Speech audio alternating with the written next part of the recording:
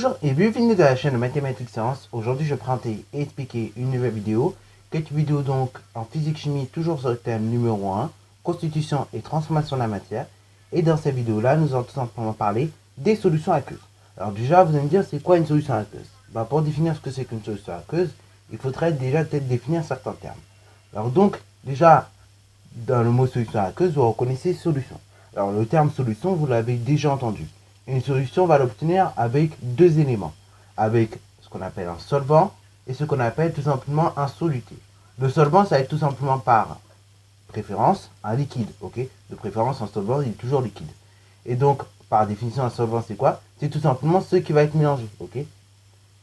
Et après, le soluté, c'est ce qui va être mélangé dans le solvant, ok? Donc le solvant, c'est ce qui aide à mélanger, quoi. Et après, le soluté, c'est ce qui va être mélangé dans le solvant. Ok? Voilà, voilà.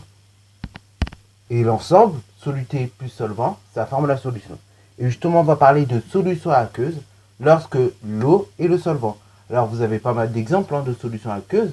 Je pense notamment, par exemple, quand vous faites, je sais pas moi, quand vous mélangez du sucre avec de l'eau, mélange basique qu'on apprend dès la 6e, du sucre avec de l'eau, dans ce cas-là, dans ce genre de mélange, on reconnaît le solvant qui est l'eau, donc, et on reconnaît également un soluté qui est le sucre, ok? Et le tout, le mélange, le sucre plus l'eau, ça va donner la solution, ok?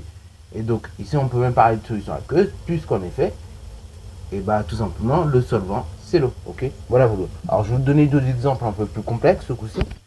Certaines zones minérales également, pour les obtenir, on va également mélanger tout simplement du dioxyde de carbone, donc qui peut être en l'occurrence gazeux, ok, voilà, voilà.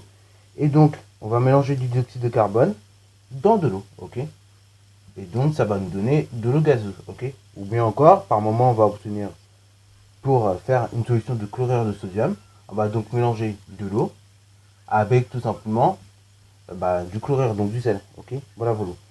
Donc là, en l'occurrence, le chlorure, pareil, c'est le soluté, tandis que le solvant, c'est l'eau. Voilà, donc ça, ce sont des exemples, encore une fois, de mélanges, vous voyez, qui sont, que l'on peut rencontrer dans la vie de tous les jours, mais dont on peut qualifier en chimie de solution aqueuse, ok? Voilà, vous. Donc voilà, c'est tout pour cette vidéo. Alors, il n'y a pas grand chose à dire en termes de solution aqueuse, juste retenez bien. Une solution, c'est deux éléments. Vous avez toujours deux éléments dans une solution. C'est tout simplement le solvant. Donc le solvant, c'est ce qui va aider à mélanger.